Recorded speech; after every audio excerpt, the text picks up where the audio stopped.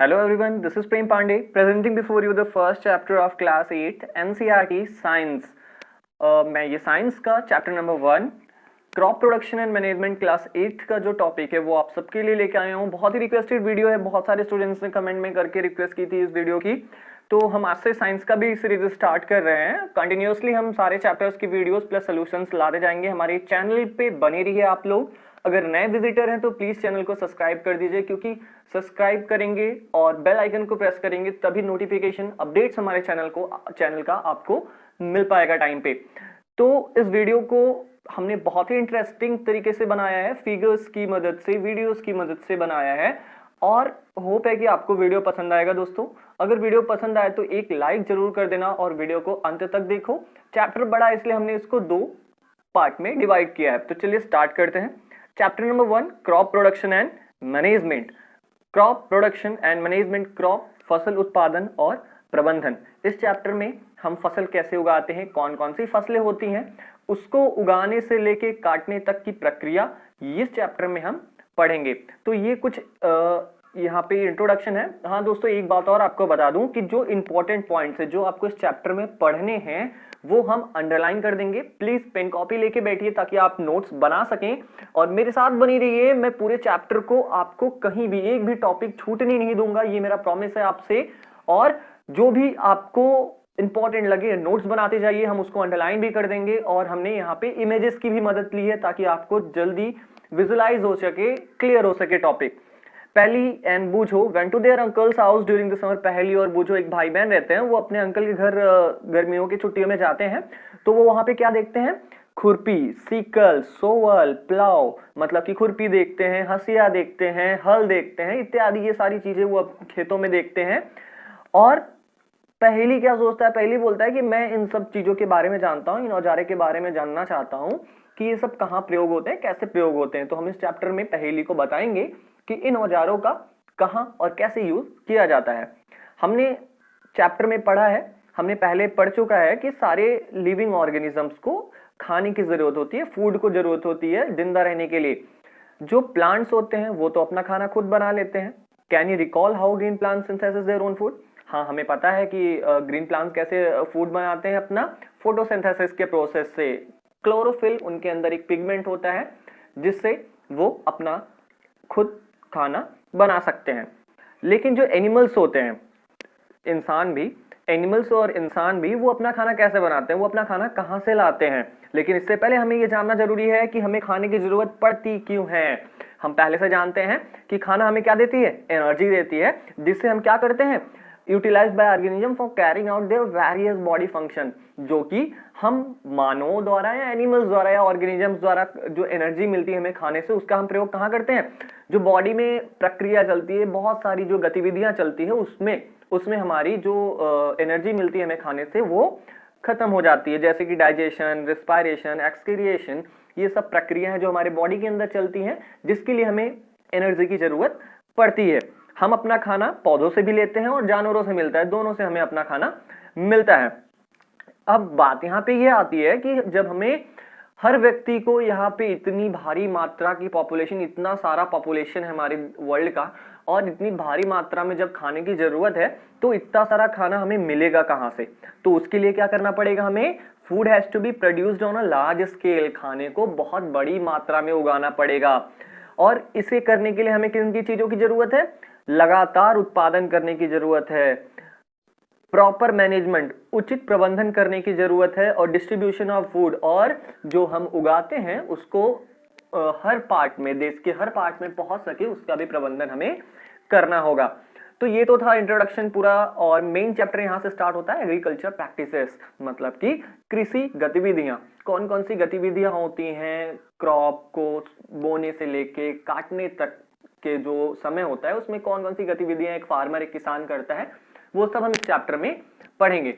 तो चलिए देखते हैं। लाइन बाय लाइन एक्सप्लेनेशन तो दे रहा हूं मैं आपको, और इंपॉर्टेंट पॉइंट भी मैं अंडरलाइन कर दूंगा, तो प्लीज वीडियो को स्किप ना करिए और देखते जाइए। टिल 10,000 BC, 10,000 BC तक लोग क्या करते थे? वो लोग नोमैडिक थे, और वो यहां से एक जगह से दूसरे जगह घूमा करते थे खाने के लिए और रहने की खोज में। वो कच्चे फलों को खाते थे, कच्चे सब्जियों को खाते थे, जानवरों का शिकार करते थे, धीरे धीरे वो जानवरों का शिकार करना स्टार्ट कर दिया अपने खाने के लिए, और उसके बाद उन्होंने जमीन पे उन्होंने एक जगह ठहरना, जब एक जगह वो रुकने लगे तो उन्होंने जमीन पे उत्पादन, कृषि चालू कर कृषि मतलब कि उत्पादन करना स्टार्ट कर दिया। वो चावल उगाने लगे, वो वीट उगाने लगे, और भी बहुत खाद्य पदार्थ के फसलें हैं वो अपना उगाने लगे, और यहीं से जन्म होता है एग्रीकल्चर का। एग्रीकल्चर क्या है दोस्तों? एग्रीकल्चर और खेती में आप फर्क समझिए। एग्रीकल्चर की डिफिनेशन यहाँ पे मैं आपको दे रहा हूँ। एग्रीकल्चर में वो सारी चीजें आती हैं, रियरिंग ऑफ एनिमल्स हो गया, क्रॉप प्रोडक्शन हो गया, वो सारी चीजें जो हम अपने डेली नीड्स को पूरा करने के लिए करते हैं, जो हम एनिमल्स का रियर करते हैं, एनिमल्स का पशुपालन करते हैं जिनसे हमें दूध मिलता है, और क्रॉप को हम उगाते हैं जिनसे हमें क्या मिलता है, जरूरी सीरियल्स, वेजिटेबल्स, फ्रूट्स, ये सारी चीजें मिलती हैं। तो इन सब चीजों को मिला के एग्रीकल्चर कहा जाता है, इसे एग्रीकल्चर कहते हैं। चलिए आगे देखते हैं। एक और बहुत ही इंपॉर्टेंट डिफिनेशन है क्रॉप की। क्रॉप की डिफिनेशन यही है, when plants of the same kind are grown and cultivated in one place on a large scale, it is called a crop. जब बहुत सारे पौधे, एक ही प्रकार के बहुत सारे पौधे बड़ी मात्रा में उगाए जाएं तो उसे हम क्रॉप कहते हैं, उसे हम फसल कहते हैं। When plants of the same kind are grown and cultivated in one place on a large scale, it is called a crop. इसका उदाहरण देख लेते हैं, एग्जाम्पल देख लेते हैं। जैसे कि कोई बहुत सारे गेहूं की जो पौधे होते हैं वो एक जगह पर, एक खेत में बहुत सारे उगाए जाते हैं, तो हम उसे कहते हैं वो वीट का क्रॉप है, वो पैडी का क्रॉप है, वो बार्ले का क्रॉप है।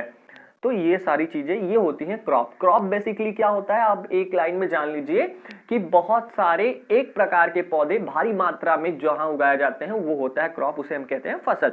हम पहले से जानते हैं, you already know that crops are of different types like cereal. हम पहले से जानते हैं कि जो फसलें होती हैं वो कई प्रकार की होती है, जैसे सीरियल्स अनाज हो गए, वेजिटेबल्स सब्जियां हो गई, फल हो गए, और ये तो बहुत सारी चीजें होती है जैसे हम अनाज उगाते हैं, फल उगाते हैं, सब्जियां उगाते हैं।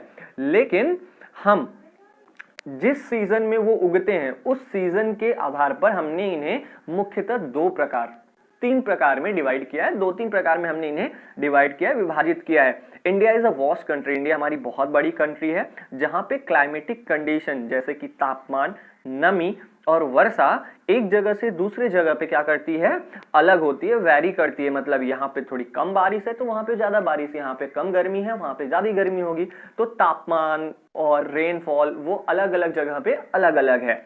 और इसी के आधार पर हमारे पास बहुत सारी रिच वेराइटी ऑफ क्रॉप्स हैं, बहुत सारी रिच वेराइटीज ऑफ क्रॉप्स हैं, बहुत ही भारी मात्रा में फसल हैं जो कि भारत के या हमारे देश के अलग अलग हिस्सों में उगाए जाते हैं।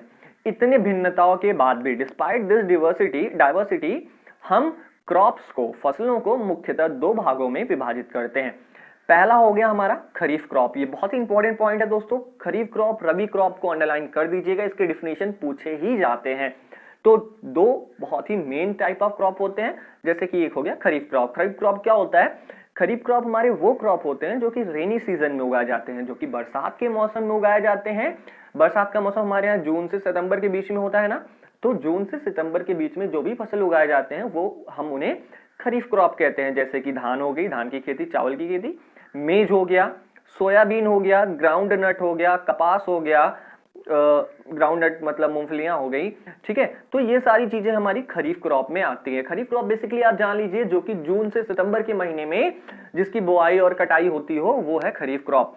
रबी क्रॉप क्या होता है? रबी क्रॉप क्या होता है? रबी क्रॉप विंटर सीजन में, ठंडियों के मौसम में उगाए जाते हैं, मतलब कि नवंबर से लेके जनवरी फरवरी तक, ठीक है, उगाए जाते हैं। अक्टूबर से लेके मार्च तक जिन्हें हम कह सकते हैं। इनके कुछ एग्जाम्पल हैं, जैसे कि गेहूं हो गए, ग्राम हो गया, मटर हो गया, सरसों हो गया, ठीक है, लिंसीड हो गया। ये सारी चीजें रबी क्रॉप्स में आती हैं। एक मुख्य डिफरेंस जो खरीफ क्रॉप और रबी क्रॉप में है, खरीफ क्रॉप को उगने के लिए ज्यादा पानी की जरूरत होती है और वहीं रबी क्रॉप्स को उगने के लिए कम पानी की जरूरत होती है। इसीलिए खरीफ क्रॉप को हम बरसात के मौसम में बोते हैं और रबी क्रॉप्स को हम, जो ड्राई सीजन होता है हमारा ठंडियों के मौसम में, हम उसमें बोते हैं। बिसाइड दिस, इसके अलावा कुछ दाल और जो कुछ सब्जियां होती हैं वो जो गर्मियों में उगाई जाती हैं कई जगह पे, इन्हें हम जायद क्रॉप भी कहते हैं। जायद क्रॉप, ZAID, जायद क्रॉप वो क्रॉप्स होते हैं जो कि समर सीजन्स में उगाए जाते हैं, जैसे कुछ सब्जियां हो गई, दाल हो गए, वो होते हैं हमारे जायद क्रॉप्स। तो जायद क्रॉप्स उतना इंपॉर्टेंट नहीं है, इसलिए आपके एनसीईआरटी के सिलेबस में रखा नहीं गया है उसे। आगे देखते हैं basic practices of crop production. कौन कौन से मुख्य प्रक्रियाएं, गतिविधियां होती हैं जो कि एक किसान फसल उगाने के लिए अपनाता है, कौन कौन सी गतिविधियां वो करता है तब जाके फसल उगता है। हम इस पॉइंट के अंदर उन सारी चीजों को पढ़ेंगे। Cultivation of crops involves several activities undertaken by farmers over a period of time. You may find that these activities are similar to those carried out by a gardener or even by you when you grow ornamental plants in your house. Cultivation of crops, जो एक फसल उगाने के लिए बहुत सारी गतिविधियों से एक किसान को गुजरना पड़ता है। जैसे कि हम अगर देखें तो हम अपने घरों में भी अगर पौधे लगाते हैं, अपने घर पे कुछ सजाने के लिए, अपने घरों को सजाने के लिए जो पौधे हम प्लांट करते हैं, जितना ख्याल, जितना पौधे लगाने के लिए हम गमले में जो मिट्टी डालते हैं उसको हम क्या करते हैं, ढीला करते हैं, उसमें उर्वरक डालते हैं, फिर उसमें पानी डालते हैं, पेड़ लगाते हैं। तो जितनी भी गतिविधियां हम करते हैं, सेम कुछ इसी प्रकार से गतिविधियां एक किसान भी एक फसल उगाने के लिए करता है, और इसी को हम क्या कहते हैं, एग्रीकल्चर प्रैक्टिसेस। इन्हीं गतिविधियों को हम एग्रीकल्चर प्रैक्टिसेस कहते हैं। एग्रीकल्चर प्रैक्टिसेस की डिफिनीशन इंपॉर्टेंट है थोड़ा, इसलिए हमें देखना जरूरी है। यहां से है कि जो भी activities those you may find that these activities are similar to those carried out by a gardener or even by you, and when you grow ornamental plants in your house, these activities or tasks are referred as agriculture practices. Agriculture practices की definition ये आपके screen पे popup हो रही है, आप इसको जरूर देख लीजिए। आगे बढ़ते हैं। ये हमने इन्हें 7 प्रक्रिया में विभाजित किया है कि कौन कौन से 7 स्टेप्स होते हैं जो एक फार्मर गुजरता है एक फसल उगाने के लिए। तो पहला है मिट्टी को तैयार करना, प्रिपरेशन ऑफ सॉइल। मिट्टी को तैयार करना, मिट्टी को ढीला बनाना, ठीक है, उसको जोतना, फिर उस पर पानी डालना, ठीक है, फिर उसको लेबल करना, सोइंग, बीज बोना, एडिंग मैन्योर, खाद और उर्वरक उसमें मिलाना, सिंचाई करना, अनवांटेड प्लांट्स, जो कि हमारे फसल में कभी कभी अनवांटेड प्लांट्स जो कि जिन्हें हम नहीं चाहते कि वो उगे, वो भी उग जाते हैं, उनको हटाना, मैनुअली हटाना या किसी केमिकल का यूज करके हटाना, हार्वेस्टिंग, कटाई, फिर उसको रखने का प्रबंध करना। ये सारी चीजें एक फसल उगाने के लिए इन सारी चीजों से हमें गुजरना पड़ता है। तो पहला देखते हैं प्रिपरेशन ऑफ सॉइल। मिट्टी को हम कैसे तैयार करते हैं। The preparation of soil is the first step before growing a crop. मिट्टी को तैयार करना किसी एक फसल को उगाने से पहले बहुत जरूरी है। ये एक ऐसी one of the most important task in agriculture, ये खेती के लिए बहुत ही जरूरी काम है। क्या काम बहुत जरूरी है? To turn the soil and loosen it, मिट्टियों को पलटना और इसे ढीला करना, इसे भुरभुरा बनाना। This allows the roots to penetrate deep into the soil. ये क्या करता है, अगर हम मिट्टियों को, जितना ढीली रहेगी मिट्टी उतना अंदर तक किसी फसल की जो जड़ होती है वो जाएगी।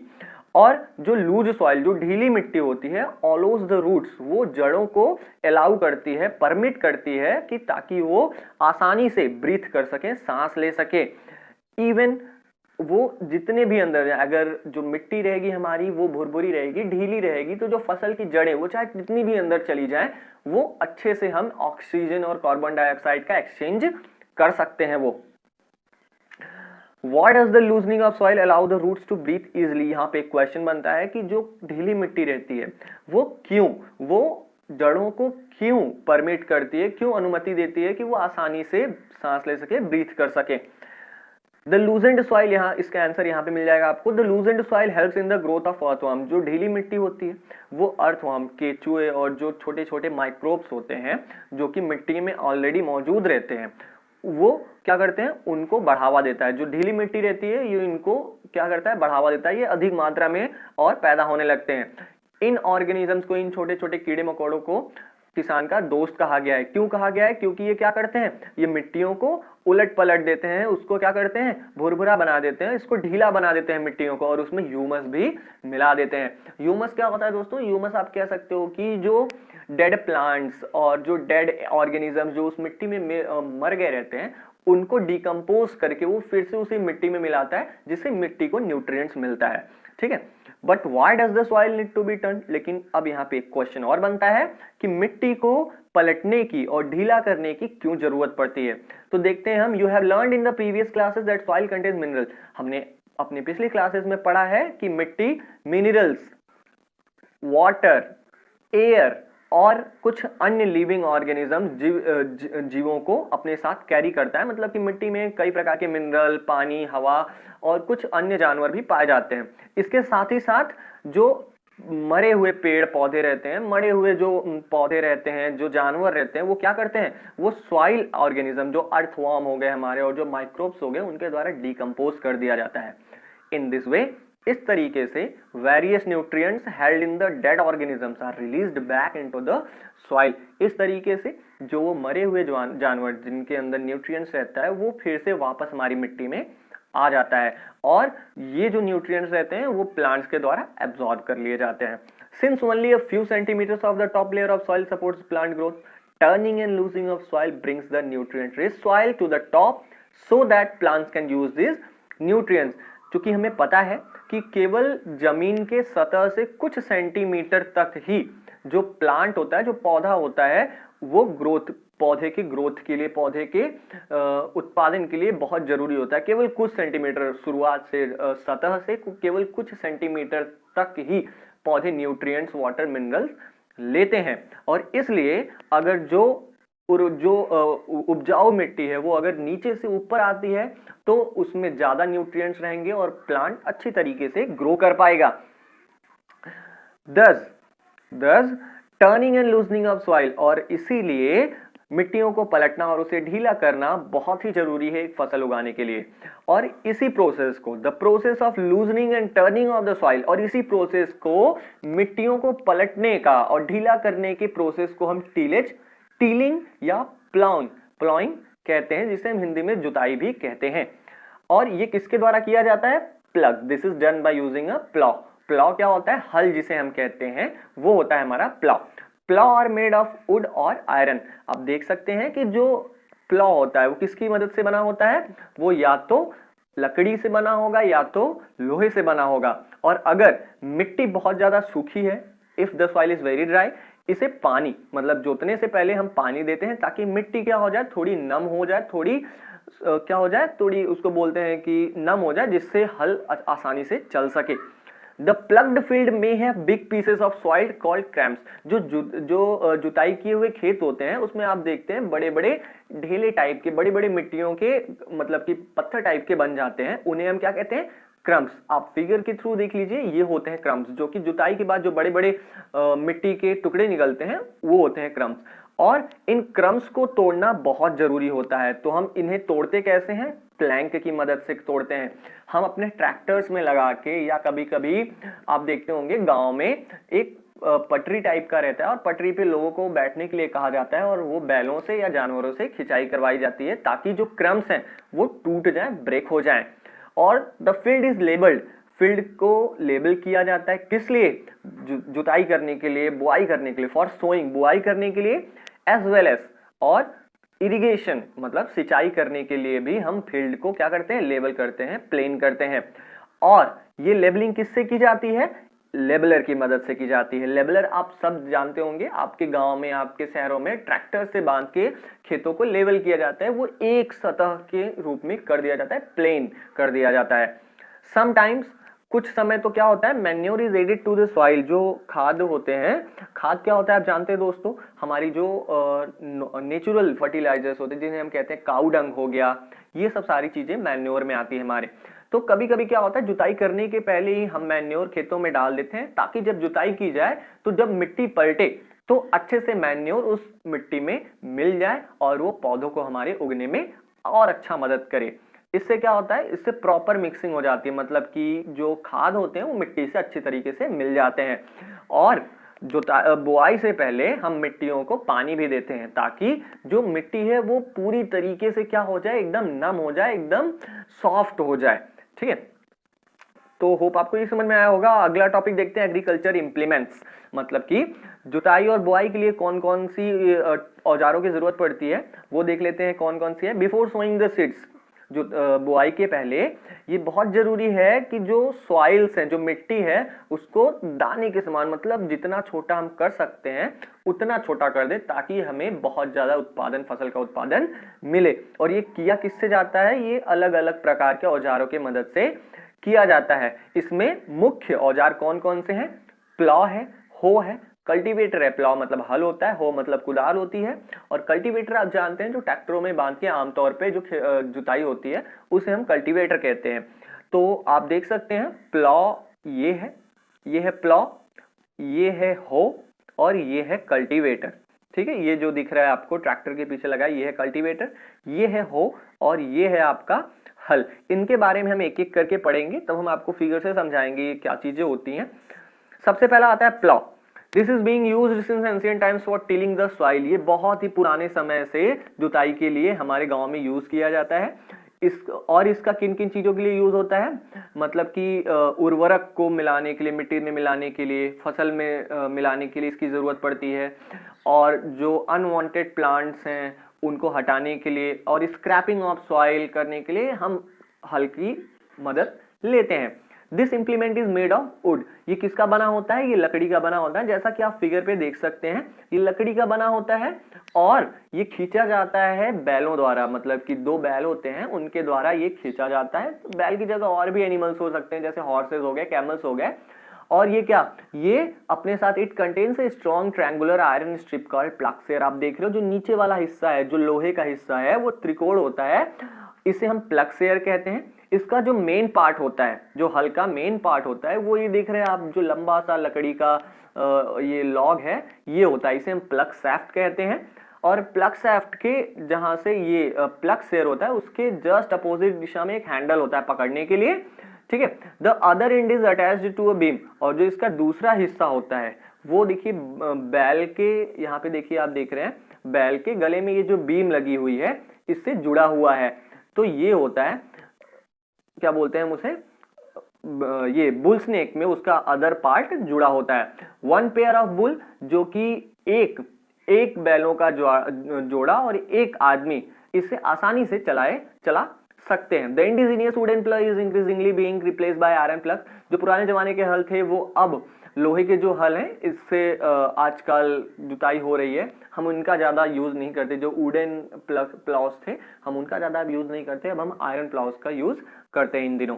हो, कुदाल जो होता है, it is a simple tool. ये बहुत ही साधारण सा औजार होता है, जो कि जो हमारे फसल के बीच में अनवांटेड प्लांट्स आ जाते हैं उनको हटाने के लिए यूज होता है, और मिट्टी को ढीला करने के लिए भी इनका यूज होता है। इनमें लॉन्ग रॉड ऑफ वुड, मतलब कि वुड की, लकड़ी की लॉन्ग रॉड होती है, या आयरन की भी वो हो सकती है, और एक बहुत ही मजबूत चौड़ा मुड़ा हुआ लोहे का प्लेट होता है, जो कि इसके एक किनारे लगा दिया जाता है। आप देख सकते हैं ये यहाँ पे जरूरत है, ये देख रहे हैं आप, ये बड़ा सा जो लंबा सा दिख रहा है इसे हम कहते हैं ये बीम के मदद से आप देख रहे हैं इसको जोड़ा गया है। प्लेट जो कि इसका बहुत ही मुख्य हिस्सा होता है, बेंट प्लेट, ये है। ग्रिप जो कि पकड़ने के लिए है, हैंडल है, और जो ये जो लंबा सा है रॉड है वो। ठीक है, तो ये है हो, और ये एनिमल्स के द्वारा खींचा जाता है, जानवरों द्वारा ये खींचा जाता है। कल्टीवेटर क्या है? आज दिनों क्या होता है, जो जुताई होती है वो जो ट्रैक्टरों में कल्टीवेटर लगे होते हैं उनकी मदद से की जाती है। ये जो लेबर होता है, मतलब जो आदमी लोग मेहनत करते थे और समय जो लेती थी, वो इन सब चीजों को बचाता है। आगे चीज देखते हैं क्या है, सोइंग, बुआई जिसे हम कहते हैं। Sowing is the most important part of the crop production. जो बुआई होती है किसी फसल की, वो बहुत ही जरूरी होती है, क्योंकि जब बुआई नहीं होगी तो फसल को काटेंगे क्या हम। बिफोर सोइंग, बुआई के पहले एक जो किसान होता है वो देखता है, वो अच्छी फसल, अच्छी क्वालिटी की जो बीजें होती हैं उसको सेलेक्ट करता है, उसको चुनता है, क्योंकि जो अच्छी क्वालिटी की जो बीजें होंगी वो साफ होंगी, मतलब कि हेल्दी होंगी, ठीक है, स्वस्थ होंगी, और अच्छे वैरायटी की होंगी। फार्मर्स इनका यूज करता है ताकि वो बहुत ज्यादा से ज्यादा उत्पादन कर सके। अब सिलेक्शन ऑफ सीड्स का सिलेक्शन हम कैसे करते हैं देख लेते हैं। हम इसके लिए एक एक्टिविटी भी ले सकते हैं। एक बीकर में हम क्या करें, आधा पानी डाल दें और उसमें गेहूं की कुछ बीजें डाल दें, मुट्ठी भर। तो क्या हम देखेंगे, हम उसमें थोड़ा देर इंतजार करते हैं, are these seeds which float on water, क्या ये कुछ सीड्स आपको ऐसी दिख रही हैं जो कि पानी में फ्लोट कर रही हैं, जो कि पानी में तैर रही हैं? क्या वो हल्की हैं कि पानी में तैर रही हैं? क्या वो जो भारी हैं वो नीचे डूब गई हैं? तो इन सब क्वेश्चंस का आंसर जानने के लिए हम आगे पढ़ते हैं कि ये भारी क्यों हैं, ये हल्की क्यों हैं जो तैर रही हैं।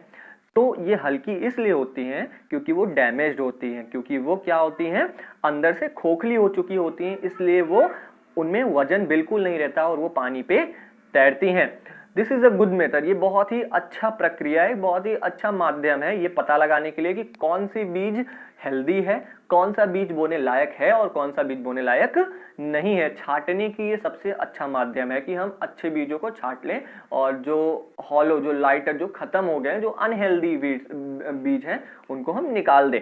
बिफोर सोइंग, बुआई के पहले ये बहुत ही इंपॉर्टेंट काम है कि हम बुआई में प्रयोग होने वाले सारे टूल्स के बारे में जान ले। तो सबसे पहला होता है कि ट्रेडिशनल टूल। बुआई में सबसे पहले हम क्या यूज करते थे? ट्रेडिशनल, जो पुराने जमाने में लोग यूज करते थे tool for sowing seeds is shaped like a funnel. ये किस प्रकार था? एक फनल के टाइप था। फनल आप जानते हो, कुप्पी, फनल के टाइप का था और इसमें फनल में बीज भर दिए जाते थे, जो कि क्या होते थे, ये आप देख रहे हैं, इनमें बीज भर दिए जाते थे और वो पाइप लगी है, आप देख रहे हैं, इन पाइप की मदद से वो ग्राउंड में, मतलब कि ये जो हल है, ये हल क्या करता था, जमीन को खोदते चलता था और पीछे से ये जो फनल लगाए गए हैं उनकी मदद से जो सीड था वो जमीन तक, एकदम अंदर तक पहुंच जाता था।